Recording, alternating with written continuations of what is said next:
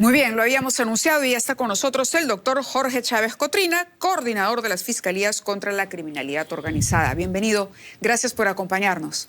Muchas gracias por la invitación. A ver, en principio quería preguntarle, a raíz de que usted ha asumido este cargo como coordinador, ¿cuáles son los avances que se han hecho desde el Ministerio Público? El Ministerio Público viene siendo blanco de muchas críticas, ¿no? Se dice que la lucha contra la inseguridad, contra las organizaciones que se dedican básicamente a la extorsión y el sicariato, la policía detiene personas, pero que el Ministerio Público termina por liberarlas. ¿Cómo respondería usted a eso y qué nos diría de la gestión que viene llevando a cabo? Bueno, esa es una narrativa que tenía el anterior gobierno, que normalmente salía a despotricar de los fiscales y los jueces mañana, tarde y noche. Eso obviamente es para poder sustentar su incapacidad de enfrentar la criminalidad. Esas son las consecuencias de mirar al costado y no enfrentarla de frente. ¿Qué estamos haciendo en el Ministerio Público? Con el señor fiscal de la Nación hemos dado los lineamientos que las personas que se sienten o son víctimas de extorsión vayan directamente a la Fiscalía de Crimen Organizado y hemos creado un conjunto de lineamientos para que su nombre no sea develado. Se le va a dar un código, una reserva, incluso... La reserva. Sí, exactamente, lo hemos ya puesto en vigencia a partir del día de hoy. ¿Por qué hemos hecho esto? Porque en mi despacho me han visitado muchas personas, sobre todo transportistas, incluso la jefa del ATU, y me decían, doctor, denunciamos y a las 2 horas ya saben que hemos denunciado y nos extorsionan con más violencia. O vamos a una comisaría y nos dicen, no, aquí no es, vaya usted al sitio, nosotros de Pincri, nos mandan a la Inincri y entonces no sabemos dónde ir. Entonces le hemos dicho nosotros, señor fiscal de Nación, tenemos que darle a la población un lugar donde sientan seguros y tengan la confianza y la garantía de que su identidad no va a ser develada. Y hemos creado este lineamiento. ¿En qué consiste? Consiste en que el fiscal de turno de crimen organizado, porque tenemos fiscalía de turno en todo el país, en casi todo el país, nos faltan Iquitos y algunos departamentos, 1 o 2 más, pero tenemos fiscales de crimen organizado que tienen turno las 24 horas. Entonces, ¿qué significa? El fiscal de turno va a recibir a la persona, le va a tomar sus dichos, le va a dar un código, una reserva, y luego recién le va a tomar su declaración ya con el código. Le va a narrar toda la historia. Pero ese trámite se hace ante la Fiscalía. Claro, ante el fiscal. El único que va a saber quién es la persona es el fiscal provincial, porque él es el único que va a tener contacto con ella, ni siquiera sus adjuntos. ¿Ok? De todas maneras, si se devela su identidad... ¿Y se va a dar abasto a la Fiscalía? Por supuesto, tenemos que darnos abasto, no nos queda otra. Definitivamente nosotros en la Fiscalía de Crimen Organizado tenemos una logística y un personal ya instalado. No es suficiente, pero la población necesita respuestas y tendremos que hacer de tripas corazón, pero estamos cumpliendo con las decisiones de nuestro fiscal de la Nación. Este fiscal, una vez que reciba la denuncia, se lo va a tramitar a la Policía Nacional dentro de las 24 horas para iniciar las diligencias preliminares con la Policía Nacional. A la policía solamente se le va a mandar la declaración del agraviado con no su la código. Identidad. No, con su código. El código. Nada más, con su código. Es decir, el policía no va a saber quién es el agraviado. Pero obviamente va a estar en contacto con el fiscal para hacer las diligencias necesarias. ¿Pero cómo va a investigar si no tiene acceso directamente a la información que pueda...? No, es que al acceso a la información tendrá, pero no va a tener acceso a la identidad del denunciante. No lo necesitas para tú hacer las investigaciones. De acuerdo, porque ¿cierto? La Fiscalía va a ser como intermediaria. Exactamente, además que el Ministerio Público es el que conduce la investigación, bajo su dirección y supervisión. Entonces, eso es una garantía para que la ciudadanía tenga esa confianza y pueda tocar la puerta de alguna institución. Porque nosotros en Lima solamente tenemos nuestra oficina está en el Girón Carabaya 422, que está al costado del INPE, frente a la Universidad de Música.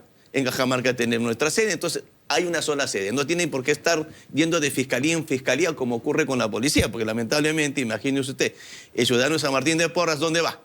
A la comisaría. De él le dicen, claro, no vaya a estar de Pinker, que está en Javich. Claro. Vaya usted a España. Y entonces ahí es el problema. Quería preguntarle, porque hay mucha inquietud, al tiempo que expectativa, por supuesto, sobre el reglamento de la ley 32490, ¿no? La ley contra extorsiones que será reglamentada el sábado. El presidente se ha comprometido, ¿no? Por un lado, me gustaría conocer los elementos que usted considera deben fundamentales, los elementos fundamentales que no deben quedar fuera de este reglamento. Pero por otro lado, también quisiera preguntarle por una responsabilidad y una obligación que se podría, por lo menos a través de la información que ha trascendido, ¿no? Dice, pese a que la norma se plantea como una forma de combatir la extorsión, también plantea una serie de acciones de respuesta, orientadas a la atención de las empresas de transporte, esto a raíz de los reclamos de los transportistas, que son afectadas por actividades de extorsionadores, lo que incluirá medidas económicas de reactivación y recuperación.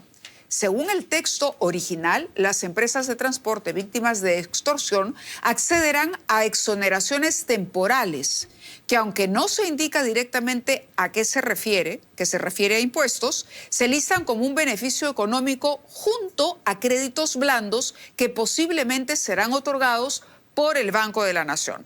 Además, se indica que el Estado será el encargado de proveer compensaciones económicas y seguros estatales por la pérdida de unidades de transporte o el fallecimiento de trabajadores víctimas. ¿Cómo analiza usted esto? Fíjese usted, señora Mávila, si no tienen dinero para fortalecer el sistema de administración de justicia, ¿de dónde van a sacar plata para tantas víctimas extorsionadas que hay en el país? Son miles, no es uno solo. Y eso puede crear también falsas víctimas. Bueno, a eso quería apuntar, a que usted nos explique de qué manera esto podría terminar pervirtiéndose. Definitivamente, yo creo que si lo van a reglamentar tienen que tener el mayor cuidado. ¿En qué momento lo vas tú a darle esa reparación? ¿Al momento que formula la denuncia? ¿En el momento de que agarran al delincuente? ¿O vamos a esperar a que haya una sentencia que lo declaren como víctima que demora 2 o 3 años? Todo eso se tiene que reglamentar. O sea, la norma genérica es muy bonita.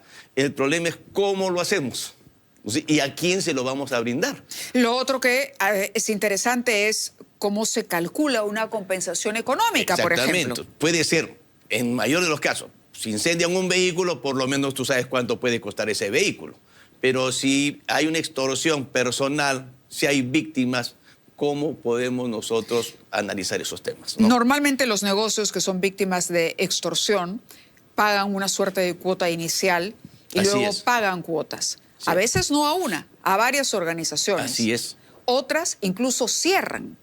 Es decir, son situaciones, digamos, el abanico es enorme. ¿Cómo se va a establecer en cada uno de los casos? Porque hay muchas particularidades. Claro, yo creo que ese es un tema, desde el punto de vista del Ministerio Público, muy difícil de contestar, porque supongo que habrán reunido técnicos, contadores, economistas que vean esos temas. Y lo otro es, ¿no? Dice, todas las empresas de transporte que sean afectadas por este tipo de actividad podrán acogerse al apoyo financiero postdelito. ¿Esto es únicamente para las empresas de transporte? ¿No es discriminatorio?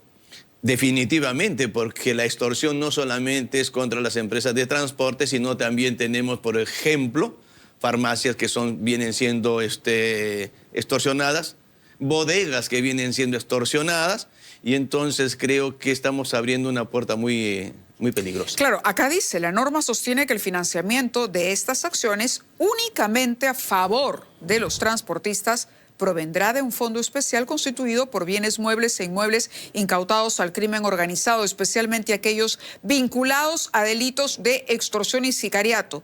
Que sepamos, hasta el momento no hay fondo. Que sepamos. Peor todavía, porque los fondos que se obtienen de una lucha contra el crimen organizado se obtienen a través del proceso de extinción de dominio. Y recuerden ustedes que ahora la extinción de dominio tiene que ver con condena firme. Y una condena firme normalmente dura 3 años.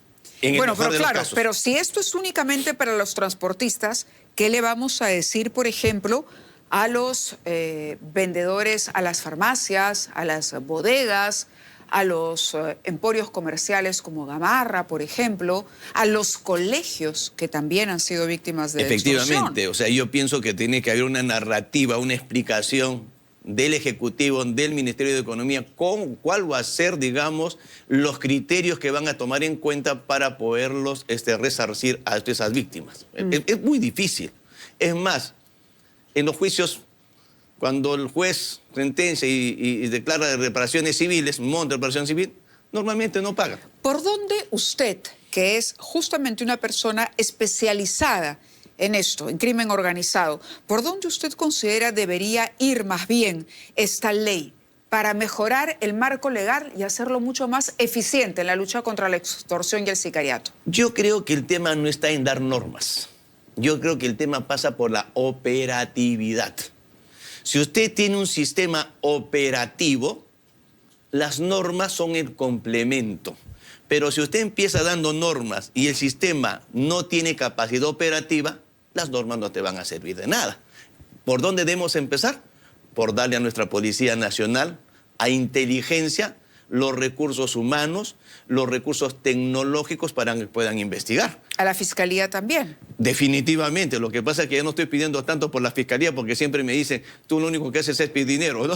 Correcto. ¿El Poder Judicial también en esta cadena usted cree que se requiere, por ejemplo, también tener jueces especializados? A ver, esta norma crea un sistema integrado por Policía, Ministerio Público y Poder Judicial. Se supone que se tienen que crear las fiscalías especializadas en sicariato y extorsión. Al frente o al costado va a tener una división especializada y al frente tiene que crearse juzgados especializados también. Pero para crear todo eso, ¿tú qué necesitas? Recursos económicos. Nosotros, por ejemplo, le hemos presentado ya al Ministerio de Justicia la semana antepasada y mañana lo vamos a ratificar en una reunión que nos han invitado, del dimensionamiento que va, cuánto va a costar ¿Esa estas reunión fiscalías. es con el presidente? No, mañana es con el ministro de Justicia, porque eso es lo que dirigen ese tema. Y para crear, por ejemplo, nosotros hemos planteado 2 fiscalías especializadas en Lima, Centro, Lima Norte, Lima Este, Lima Sur, Lima Noroeste, y tienes 10, Callao 2, Trujillo, Chiclayo, Sullana y Piura, para empezar. Con su fiscal superior y toda la logística y tener el alquiler de locales. Para implementar esas fiscalías y para darle el mantenimiento en el tiempo, nosotros hemos alcanzado un presupuesto de 52 millones de soles, aproximadamente, siendo austero.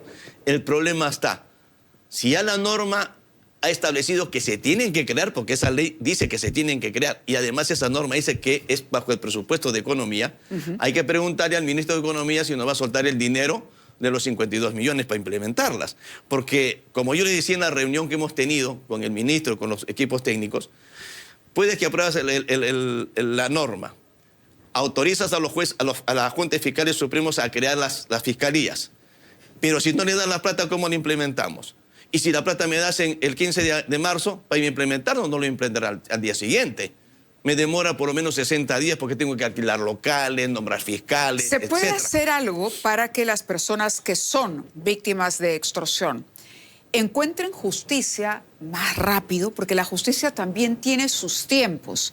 Sí. Y es bien complicado porque hay que revictimizar. Estamos hablando de organizaciones criminales dispuestas a todo. Efectivamente. Y me pongo en la situación no solamente de la investigación fiscal, sino de un juicio.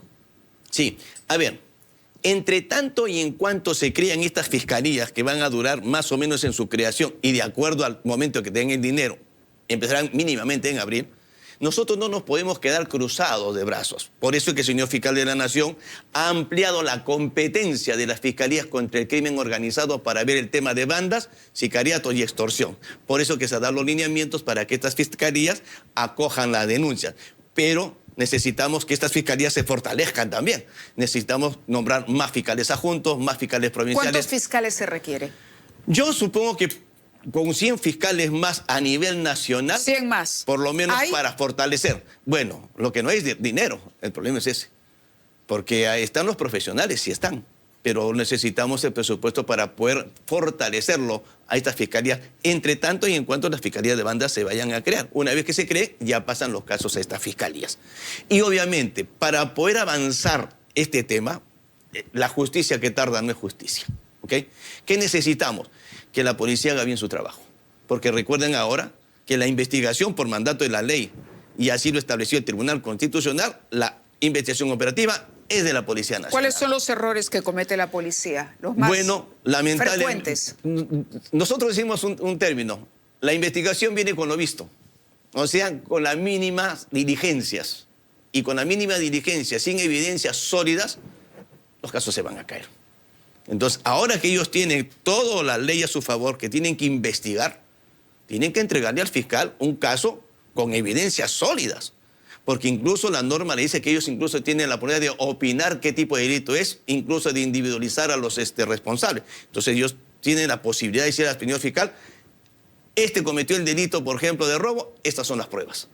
Hemos encontrado 5 armas y hemos encontrado 20 sujetos. Pero estas 5 armas se le imputamos a este, con estas evidencias. Porque el tema no es agarrar a 50 o a 30 con 20 armas y decirle al fiscal, acá están los 30, están las 20 armas. ¿Y cómo le responde a las críticas que hablan de una fiscalía garantista? Extremadamente garantista. Mire, el garantismo no es malo siempre y cuando el fiscal sea objetivo. Lo importante es que el fiscal sea objetivo, y ese siempre ha sido mi reclamo también. Yo siempre he dicho a mis fiscales, nosotros tenemos que ser objetivos respetando la garantía del debido proceso. Lo que no debemos llegar es al extremo del garantismo, porque eso también desnaturaliza el proceso.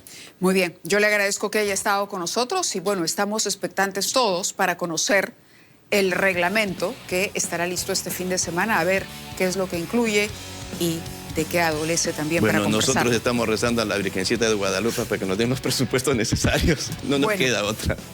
A la Virgen, al Señor de los Milagros también. También. Porque la unión hace la fuerza. Así es. Gracias al doctor Chávez Cotrina por estar con nosotros y vamos rápidamente.